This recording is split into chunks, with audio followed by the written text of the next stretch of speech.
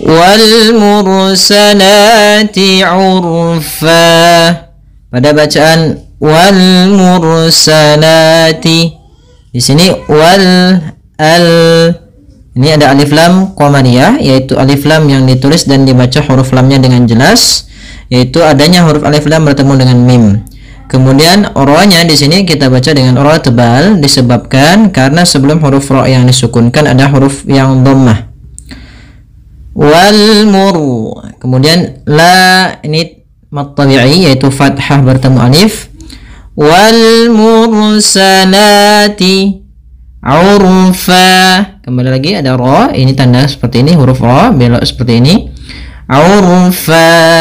Pada lafal terakhir, pada lafal bacaan fan, ketika kita berada di akhir bacaan, ini kita baca dengan bacaan mad iwad, yaitu mengganti fathatain menjadi panjang sebagaimana mad tabi'i. Urfa, bukan lagi urfan, tapi urfa, 2 harokat. Wal mursalati urfa, fal asifati asfa. Fal asifati, di sini ada alif lam lagi, yaitu ada alif lam qamariyah, yaitu alif lam yang ditulis dan dibaca. Kemudian di sini huruf ain. Fal huruf ain usahakan jangan sampai masuk rongga hidung, dan ain sendiri punya bacaan mad tabi'i, yaitu a-nya panjang 2 harokat. Asifati, yaitu pada lafal fa ada mad tabi'i, fathah bertemu alif, panjangnya 2 harokat. Asfa, di sini huruf a ketemu dengan huruf shad yang tebal. Hati-hati jangan menebalkan ainnya, tapi di sini ditebalkan adalah huruf shadnya. Hati-hati juga jangan sampai terpantulkan huruf shadnya. Fa, pada lafal fa kembali kita mendapati menjadi ada bacaan mad iwad, yaitu fathatain bertemu alif di akhir bacaan menjadi panjang. Wan nashirati nashra.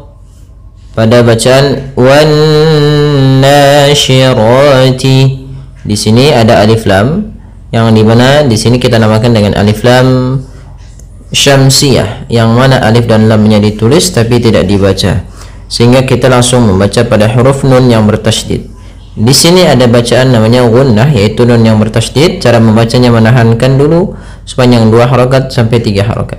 Wanna, baru dilepaskan. Kemudian nashirati, pada lafal na sendiri ada mad tabi'i, yaitu fathah bertemu alif, panjangnya 2 harokat. Shi, hati-hati jangan dibaca si karena di sini huruf shin. Kemudian roti, di sini akan kembali ro-nya tebal dan dia ada mad tabi'i, yaitu fathah bertemu dengan alif. Kemudian nashra, kemudian ada fathatain di akhir bacaan, kita namakan dengan bacaan mad iwad. Wan nashirati nashra. Kemudian ayat selanjutnya, fal fariqati farqa. Fal fariqati farqa. Fal fariqati, di sini ada alif lam lagi, yaitu alif lam qamariyah, yaitu alif dan lamnya ditulis dan dibaca dengan jelas suara lamnya. Fal fariqati. Kemudian pada lafal fa, di sini ada mad tabi'i, yaitu fathah bertemu alif, panjangnya 2 harokat. Qati, ada mad tabi'i lagi, fathah bertemu alif, 2 harokat. Fal fariqati farqa. Farqa, ro-nya tebal, farqa. Farqa, yaitu fa, kemudian ro-nya dibaca dengan tebal karena huruf ro yang dia sukun sebelumnya fathah. Kemudian pada lafal qan, ini kita baca dengan bacaan mad iwad, yaitu fathatain bertemu alif di akhir bacaan diganti tanwinnya menjadi panjang. Qa. Fal fariqati farqa. Ya. Fal mulqiyati dzikra. Pada bacaan fal mulqiyati, di sini ada fal, ada alif lam qamariyah, yaitu lam alif dan lamnya dibaca dengan jelas. Fal al, tapi usahakan jangan sampai memantul. Kemudian fal mulqiyati, pada lafal ya, di sini ada bacaan mad tabi'i, panjangnya 2 harokat, yaitu ditandai dengan fathah bertemu alif. Kemudian dzikra, pada lafal dzikra di sini ada huruf dzal kecil, jangan sampai dibaca dengan zikra, tapi dia dzikra. Kemudian kafnya ini punya sifat namanya sifat hamas, yaitu aliran nafas kita atau jaroyanun nafas, maka zik. Nah, dia sebenarnya ada dua sifat. Yang pertama dia sifatnya adalah hamas, yang kedua adalah dia termasuk ikhwah, yang ada harus dialirkan apa namanya nafas kita dan suaranya. Dzikra. Kemudian lafal ra yaitu fathatain bertemu dengan alif, itu kita namakan dengan, ketika di akhir bacaan dinamakan dengan mad iwad, panjangnya adalah 2 harokat. Dzikra, bukan lagi zikron. Kita ulang. Fal mulqiyati dzikra. Kemudian ayat selanjutnya uzran aw nuzra. Di sini uzran, hati-hati dalam pelafalan zal, usahakan di sini jangan sampai memantul, jangan uzra gitu ya, tapi uzran. Kemudian pada lafal ran bertemu dengan alif atau hamzah, kita namakan dengan bacaan izhar halaqi. Suara tanwinnya jelas. Uzran. Kemudian au nuzra, au bacaan lin lembut, nuzra di akhir kembali lagi bacaan mad iwad, yaitu fathatain bertemu alif di akhir bacaan. Ya, semoga innama tu'aduna lawaqi'. Pada bacaan innama di sini ada nun berharokat tasydid diwarnai dengan warna hijau, ini bacaan gunnah. Cara membacanya, suara n-nya ditahan 2 harokat. Innama, nah, baru dilepas. Kemudian ma ada mad tabi'i yaitu fathah bertemu alif. Tu ada dhamma bertemu waw, mad tabi'i lagi. Aduna ada mad tabi'i, dhamma bertemu alif bertemu waw, panjangnya 2 harokat keseluruhannya. Lawaqi'. Pada lafal wa ada juga mad tabi'i yaitu ditandai dengan fathah bertemu dengan alif. Kita coba ulang.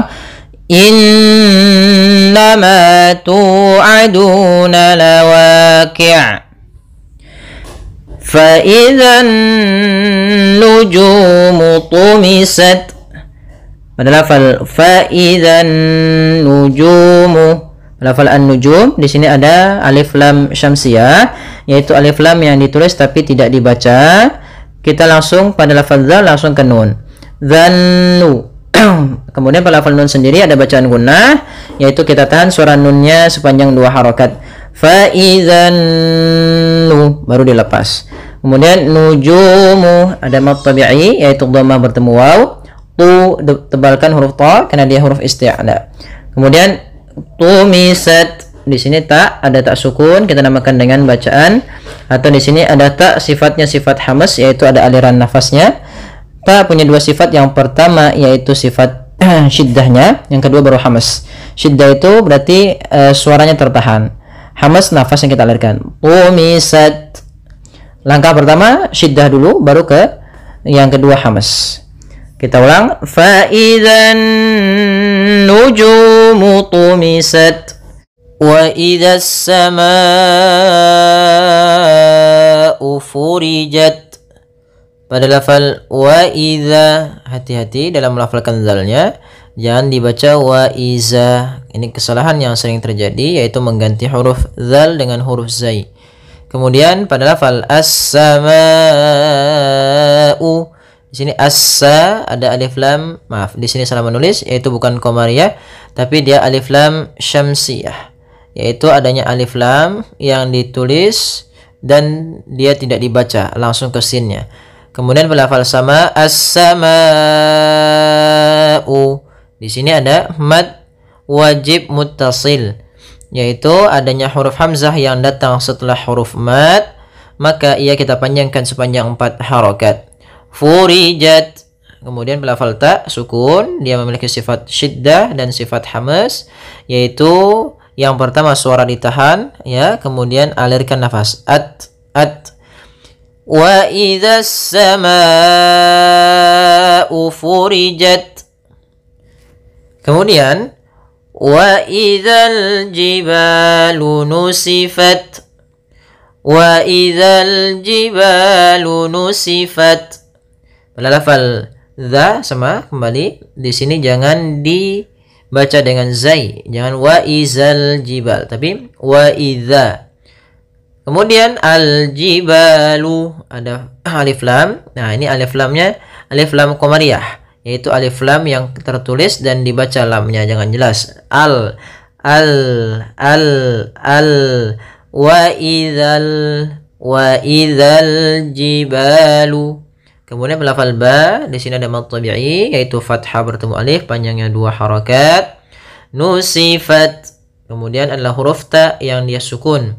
Maka cara membaca ta huruf sukun ini mengeluarkan dengan makhraj dan sifatnya. Yang pertama, makhraj ta ujung lidah kita berada di di paling akhir dari gigi sari kita.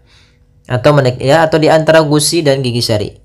Kemudian makhrajnya adalah salah satu sifatnya ta itu adalah syiddah. Syiddah itu tertahannya suara. Kemudian hamas mengalirnya suara. Itu yang paling tampak. Maka nusifat pertama gitu, langkah pertama at baru kasih hamas. Nusifat.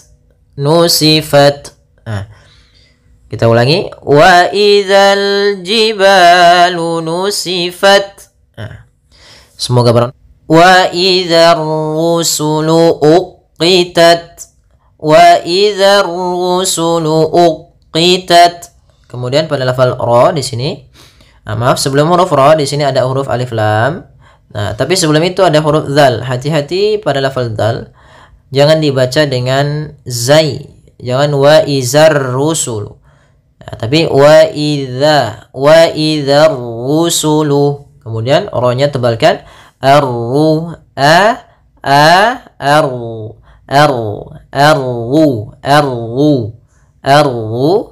kemudian ar-rusulu, maka dinamakan di sini ra tebalnya ra tafkhim. Wa idzar rusulu uqitat. Nah, di sini ta sifat hamas dan sifat syiddahnya. Langkah pertama syiddah dulu baru hamasnya. Uqitat. Wa idzar rusulu uqitat. Kemudian li ayyi yaumin ujjilat. Li ayyi yaumin ujjilat. Nah, pada lafal ya tekan ya-nya li ayyi, jangan dibaca li ayyi atau li ayyi. Jangan. Tapi li ayyi yaumin. Kemudian lafal yau ada fathah bertemu sukun, ini bacaan lin lembut dalam pelafalannya yaumin. Kemudian pada lafal min ada bacaan izhar halqi, yaitu ditandai dengan tanwin pada huruf mimnya bertemu dengan hamzah, maka suara tanwinnya harus jelas. Min u, nggak boleh min u. Kemudian ujilat, kembali lagi ada huruf tak sukun, harus dijelaskan suara taknya. Li ayyi yaumin ujjilat. Li yaumil fasl. Pada bacaan li yaumil fasl. Di sini pada lafal li yaumi ada bacaan lin. Apa itu bacaan lin? Lin artinya kita maknai dengan lembut. Maka kapan terjadinya lin, bacaan lin terjadi dua kondisi, yaitu fathah bertemu waw sukun atau fathah bertemu ya sukun. Maka apabila fathah bertemu waw sukun atau fathah bertemu ya sukun, maka dia kita namakan dengan bacaan lin. Dalam pelafalannya harus lembut. Li yaumi, agar menyempurnakan makhraj huruf waw, kita agak monyongkan bibir kita. Li yaumi, ya dilembutkan yaumi. Kemudian pada lafal yaumil di sini ada alif lam qamariyah, yaitu alif lam yang kita tulis dan kita baca dengan jelas suara lamnya. Li yaumil fasl. Nah, kemudian dalam lafal ini kita sempurnakan dulu huruf shadnya, yaitu kita fa ketemu dengan shadnya tebal, fasl. Ya, kemudian baru dimatikan lamnya. Tapi hati-hati jangan memantulkan shadnya, fasl. Misalkan fasal gitu ya, dengan pantulan shadnya. Hati-hati, tapi tetap dia menyempurnakan shadnya baru dimatikan lamnya. Liyaumil fasl, fasl. Kemudian ayat ke-14, wa ma adraka ma yaumul fasl. Pada lafal wa ma adraka, di sini pada lafal ma ada bacaan yang kita namakan dengan mad jaiz munfasil. Mad artinya panjang, jaiz artinya boleh, munfasil terpisah. Sehingga apa yang dimaksud dengan mad jaiz munfasil, yaitu apabila ada bacaan mad tabi'i. Pertama kita uraikan, yaitu pada lafal ma bertemu dengan hamzah setelahnya. Ma pada dasarnya 2 harakat. Karena datang setelahnya huruf hamzah, maka ma-nya nanti berubah disebabkan adanya hamzah. Nah, apabila ada huruf hamzah datang setelah mad tabi'i dan hamzah tersebut kita lihat di sini 2 kata, di lain kata, bukan pada satu kata. Sehingga ketika di lain kata ini namanya kita namakan munfasil, hamzahnya terpisah. Maka dinamakan dengan mad jaiz munfasil. Berapa panjang untuk mad jaiz munfasil? Yaitu kita panjangkan 4 atau 5 harokat. Maka ma-nya kita panjangkan dahulu baru kita baca a-nya. Wa ma adraka. Kemudian pada lafal dal sukun ini ada bacaan qalqalah, artinya memantul, ya, iqtirab, bergetar. Nah, kemudian untuk pantulannya, ada kesalahan yang terjadi dalam melafalkan adraka. Yang pertama tidak mantul, itu salah. Sehingga misalkan wa ma adraka, ini salah. Kemudian yang kedua menambahkan hamzah, misalkan wa ma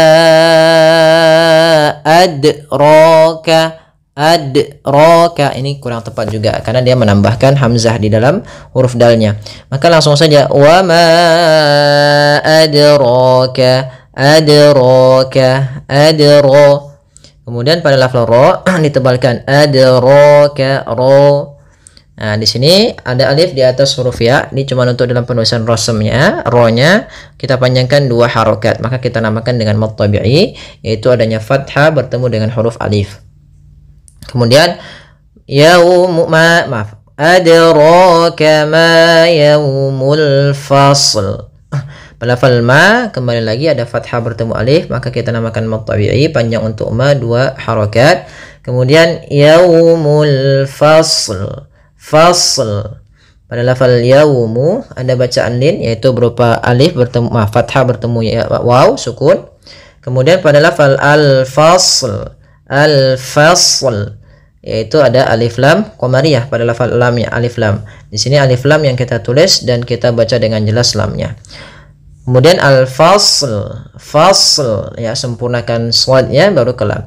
Wa ma adraka ma yaumul fasl.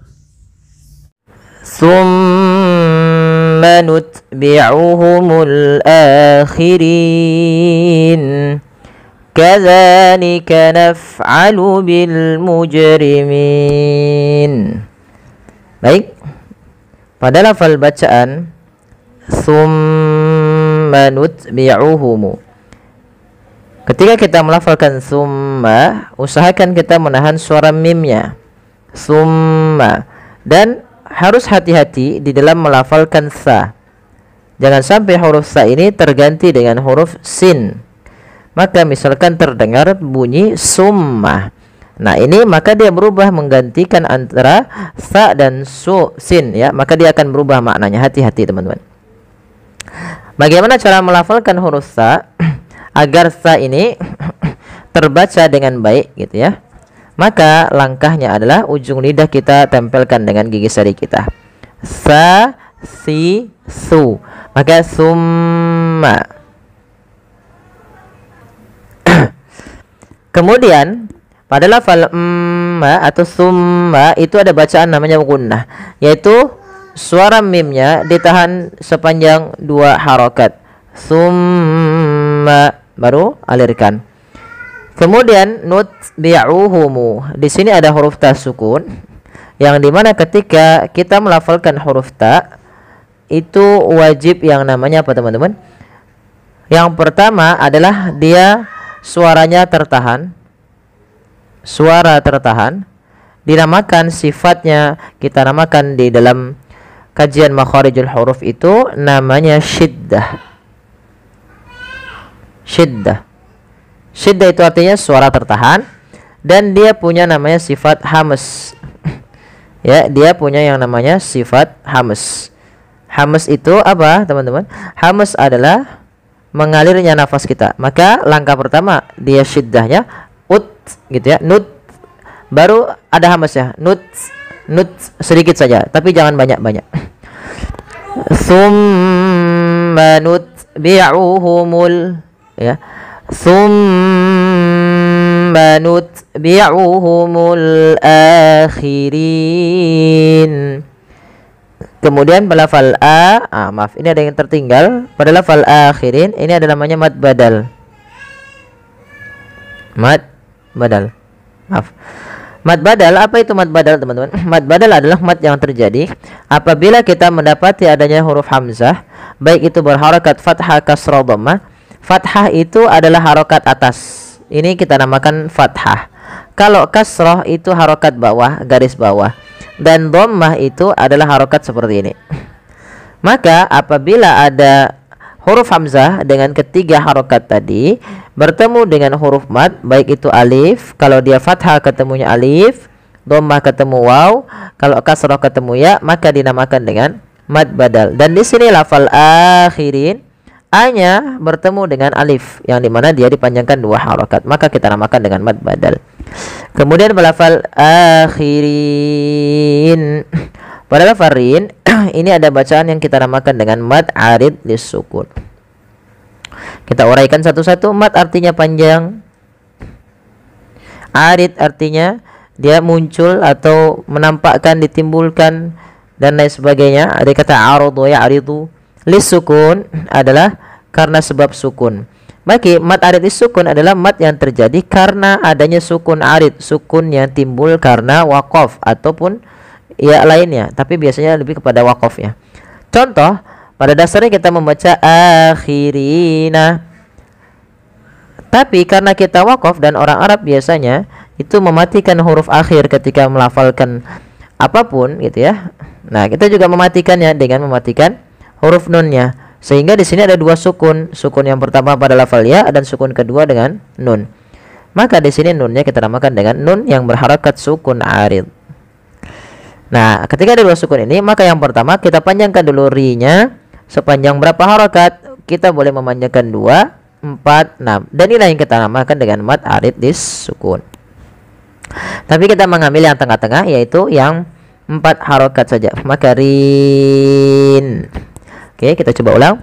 Tsumma nutbi'uhumul akhirin. Kemudian kadzalika naf'alu bil mujrimin. Baik, kita perhatikan berlafal kadzalika. Za ada mad tabi'i, fathah bertemu alif. Lihat, fathah itu garis atas ketemu dengan alif kecil, 2 harokat. Hati-hati dalam melafalkan zal juga. Ini makhrajnya sama dengan huruf sa, tempatnya sama, cuma sifatnya yang berbeda. Kemudian naf'alu, alirkan lafaz ketika kita melafalkan fa. Naf'af gitu ya.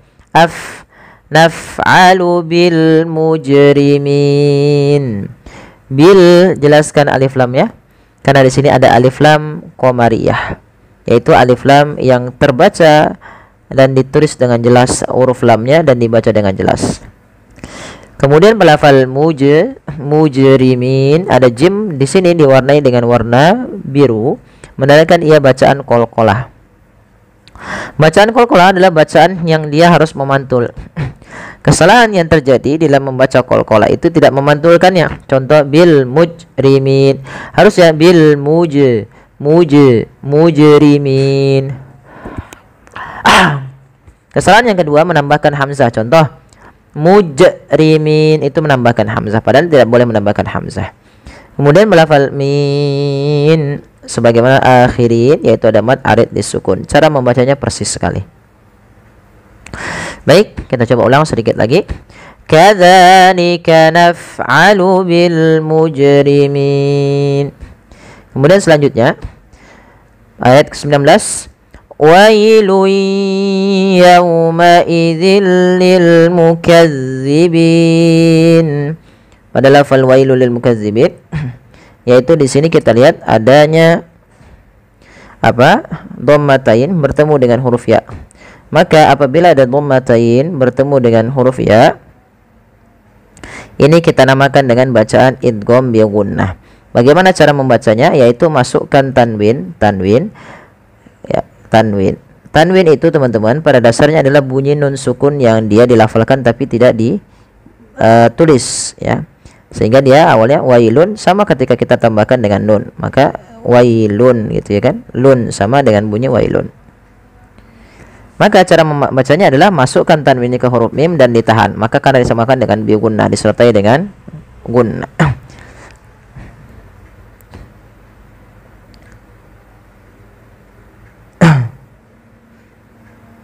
Baik, kita lanjutkan. Kemudian yauma idzil lil mukazzibin.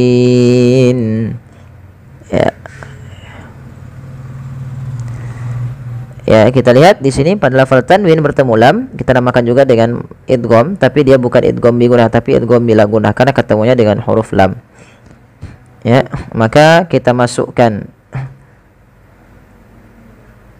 di sini, kita masukkan ke huruf lamnya secara langsung.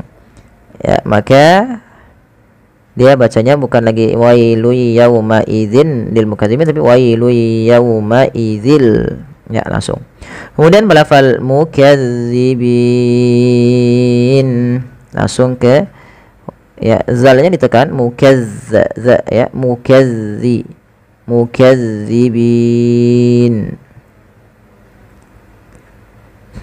Kemudian pada lafal bin di sini ada bacaan mad arid disukun. Yaitu cara membacanya bagaimana? Yaitu sebagaimana yang tadi kita panjangkan, boleh berapa harakat? Boleh 2 harakat, boleh 4 harakat dan boleh pula 6 harakat. Ya, tapi teman-teman kita mengambil yang berapa? 4 harakat saja. Baik, kita lanjutkan. Alam nakhluqukum min ma'in mahin. Alam nakhluqukum min ma'in mahin. Perhatikan pada lafal alam di situ ada mim mati bertemu nun. Ya, mim mati bertemu dengan huruf nun, maka kita namakan dengan bacaan izhar syafawi. Kami lupa menuliskannya di sini, lupa, yaitu pada dasarnya di sini ada bacaan apa namanya? Izhar syafawi. Yaitu suara mimnya dibaca dengan jelas. Ya, kemudian pada lafal kaf ya, di sini alam nakhluqukum, ini ada namanya idgham mutaqaribain. Yaitu apa idgham mutaqaribain? Adalah idgham yang dia berdekatan makhraj ya. Makhrajnya sama tapi berdekatan sifatnya. Ya, kami ulangi. Idgham mutaqaribain yaitu adalah idgham yang dia hurufnya saling berdekatan dari makhraj dan tapi berbeda dalam sifatnya. Ya, qaf dan kaf itu kan berdekatan makhrajnya, tapi dia sifatnya berbeda. Ini kita namakan dengan mutaqaribain.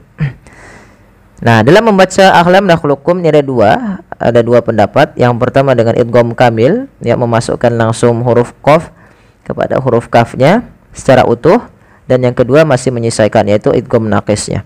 Tapi kami mengambil yang yaitu idgham kamilnya. Langsung saja masukkan ke huruf kaf. Alam nakhluqukum, ya, langsung ke kaf. Alam nakhluqukum. Alam nakhluqukum mimma. Ya, kemudian berlafal mim mati bertemu mim. Di sini ada kita namakan dengan bacaan idgham mimi. Ya. Maaf, ini salah, bukan idgham bi gunnah tapi idgham mimi. Idgham mimi. Ya, ini kami lupa menuliskannya. Oh, maaf. Ini yang idgham mimi yang idgham bi gunnah yang kami tuliskan adalah ketika mim ma immahin. Ya, pada lafal ayat ini banyak sekali hukum tajwid ya, yang harus kita perhatikan.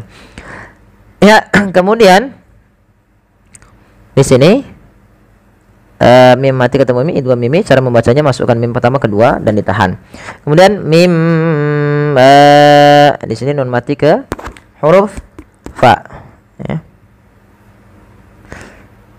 Di situ fa, maaf ke fa, ke mim, maka nunnya masukkan ke huruf mim, maka mim sambil ditahan. Kemudian pada lafal ma'im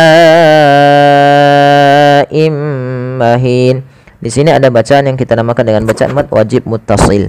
Apa itu mad wajib muttasil? Mad yang terjadi disebabkan karena adanya hamzah yang datang setelah huruf mad. Di sini ma awalnya 2 harokat, karena datang setelahnya hamzah, maka ini kita panjangkan sepanjang 4 harokat. Maka dan tidak boleh kurangi, tidak boleh mim ma'im mahin, tapi harus panjang 4. Mim ma'im mahin. Kemudian pada lafal im mahin, di sini ada bacaan idgham bi gunnah lagi, yaitu adanya tanwin bertemu dengan huruf mim, maka cara bacanya masukkan ke huruf mim, yaitu imma, bukan lagi inma tapi imma, sambil ditahan gunnahnya 2 harokat. Mahin ini sama dengan yang sebelumnya, itu mad arid disukun. Kita ulangi. Alam nakhluqukum mim ma'im mahin. Baik, kita coba ulang di ayat awal. Tsumma nutbi'uhumul akhirin kadzalika naf'alu bil mujrimin wailun yawma idzil lil mukazzibin. Alam nakhluqukum mim ma'im mahin. Ya, semoga bermanfaat. Shadaqallahul azim. Mohon bantuannya untuk like, share dan subscribe. Terima kasih. Jazakumullahu khairan.